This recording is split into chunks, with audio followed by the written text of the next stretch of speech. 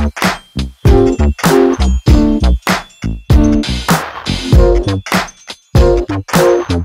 alle sammen, mit navn er Benjamin Boraki, og der er nok ikke så mange af jer, der kender mig. Det er fordi, jeg plejer at være på den anden side af kameraet, lave sociale medier og content i Astralis Group. Vi har taget Device med til København, eller Nikolaj om man vil. Bor normalt i Stockholm, så det er faktisk hans hjemby, hvor vi skal snakke om alt og ingenting. Jeg tror, vi starter sådan helt tilbage, spæde Astralis tider, og så bevæger vi os sådan op igennem, snakker de bedste og værste minder. Altså det jeg husker mest var måske vores, man kan sige, transition mellem TSM, Team Question Mark og Astralis, hvordan vi ligesom sammen med på daværende tidspunkt Frederik Byskov, Jakob Lund og Nikolaj Nyholm ligesom kom på det her projekt og var den første spillerejede organisation, hvilket jo var super spændende. Vi havde været under nogle organisationer og under nogle forhold, som havde været ikke særlig gode for os, og vi var sindssygt spændte på et godt år, ikke? Så rammer vi ligesom 2016, og vi har aldrig rigtig den succes, som vi regnede med i 2015, vandt vi en masse turneringer. Vi ender med Jamen, var det som TSM eller Team Question Mark? TSM, der lå vi nummer 1 i en periode og vandt en del over Fnatic, som var det bedste hold på daværende tidspunkt. Men da vi starter Astralis, har vi ikke rigtig nogen succes. Og hvorfor tror du hvorfor havde I ikke det? Jamen, altså man kan jo pege fingre hist og pist. Altså, det som det egentlig slutter med, det er jo, at vi både skifter Kayun ud først for Kirby, og så Glaive ind og Karrigan ud, og vinder så vores første turnering i slutningen af 16, lige inden majoren. Okay, hvad så er det værste minde fra 2016? Altså ikke sådan generelt, at I tabte meget? Men... Altså jo, for mig personligt, dengang havde vi jo Astralis-dokumentaren kørende, på vores YouTube-kanal, og der var et loss i MLG Columbus i semifinalen mod Navi, hvor jeg simpelthen græder efter. Jeg tror faktisk, det er den eneste kamp, jeg har grædt efter nogensinde i min karriere. Visuelt, det kommer på kamera, og det var i hvert fald en af de hårdeste losses, vi har haft generelt, også som spiller individuelt. Vi har været igennem mange forskellige perioder i vores karriere, hvor vi har været kendt for choke, og vi kommer aldrig videre fra semifinalen, og jeg tror bare, at det her det var kulminationen af følelsen af, at vi kommer fandme aldrig videre for det her major semifinale, eller semifinale generelt problemet, vi har haft i de helt store turneringer. Og det var nok den hårdeste sådan, enkelte episode, vi havde. Man kan sige, at Columbus, det hele handlede om CS, og, som det altid gør til turneringer, og vi havde slået Fnatic, som var det allerbedste hold i kvartfinalen, stort, og forventede ligesom at næsten at kunne gå hele vejen, og så taber vi bare til et Navi-hold, hvor vi bare spiller ringe, og jeg spiller ringe individuelt, kan jeg huske. Okay, jamen, det var så 2016, som slutter godt af. Yes, helt sikkert. For skiftet 2 spillere ind i Kirby og Glaive. Ja. Og så kom 2017 så, som jo også starter godt, ikke?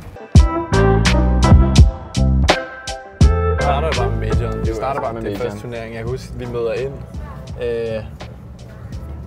efter ferien. Det var Audi jo. Ja, men vi møder ind efter ferien og har vores første møde med Mia. Og alle siger bare, at de har haft en sindssygt god ferie, man, og ikke spillet noget overhovedet. Og jeg kommer bare ind, jeg har gamet hele ferien. Altså, hele ferien har jeg bare siddet og spillet CS. Bare spillet CS. Og jeg siger bare, at jeg kan mærke, at jeg har et højt individuelt niveau.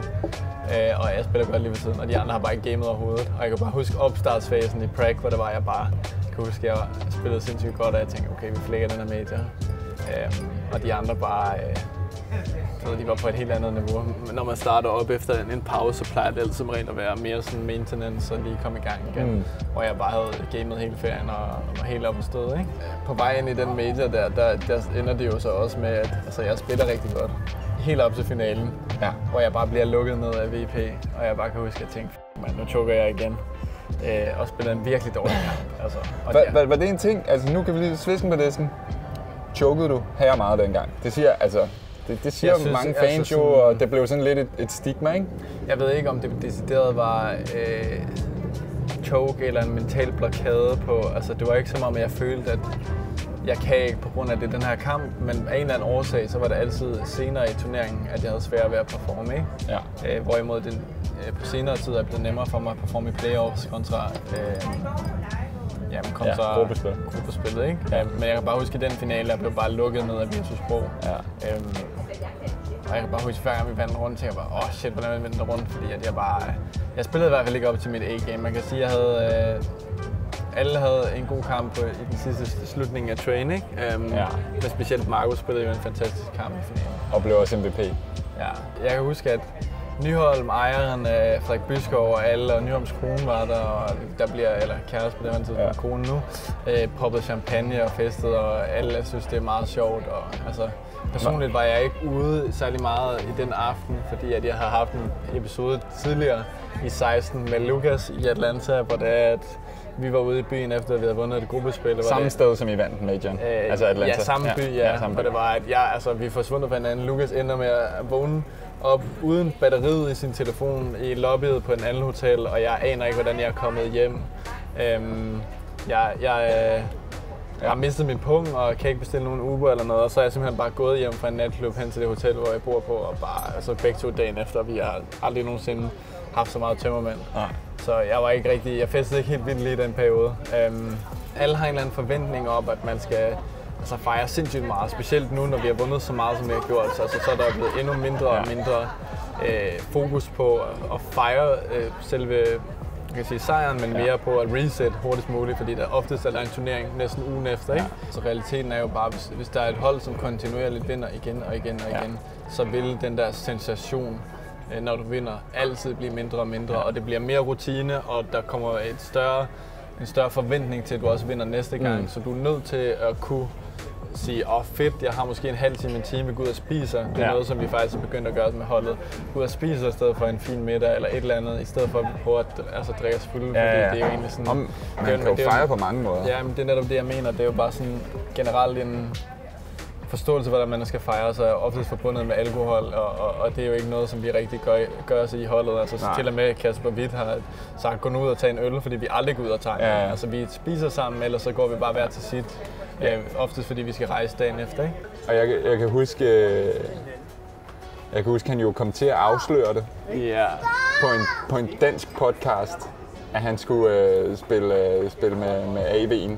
Til turneringen, og vi havde specifikt sagt, at der er ikke nogen, der skal vide noget omkring det her, og så kom det ud. Og det har været en stående joke siden, ikke? At hver gang der er et eller andet strategisk, taktisk, der ikke må komme ud, så skal Peter lige have en sådan en vink. Pas nu på, at du ikke afslører noget. Odense var så tilfældigt på en eller anden måde, bliver smadret af face og får bare chance på chance. Jeg kan huske det der med, blive ved med sådan at tabe eller spille uafgjort eller et eller andet. Og vi kunne stadig gå videre. Kunne stadig afgøre det selv i sidste kamp. Og afgøre det så ikke selv, vel? Og røg bare ud. Altså det var så katastrofalt. Og så var man bare sådan, okay. Men det er faktisk endnu værre at sidde og se holdet tabe, end at se holdet vinde, kan jeg huske. Fordi så føler man endnu mere, at man lader dem være i stikken.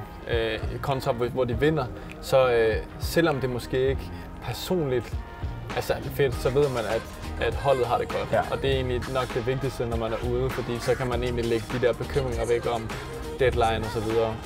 Det kan jeg faktisk huske, at Lukas også har lagt vægt på her, blandt andet med, at han har været glad, når det er gået godt, ikke? Fordi så føler han ikke, at han lader holdet i stikken, at han skulle have været der, så det ikke var gået så skidt. Fordi det kan jo kun bidrage til mere stress et eller andet sted. Nå, vi skal videre og snakke et meget federe år til gengæld. Er du galt? 2018. Salut.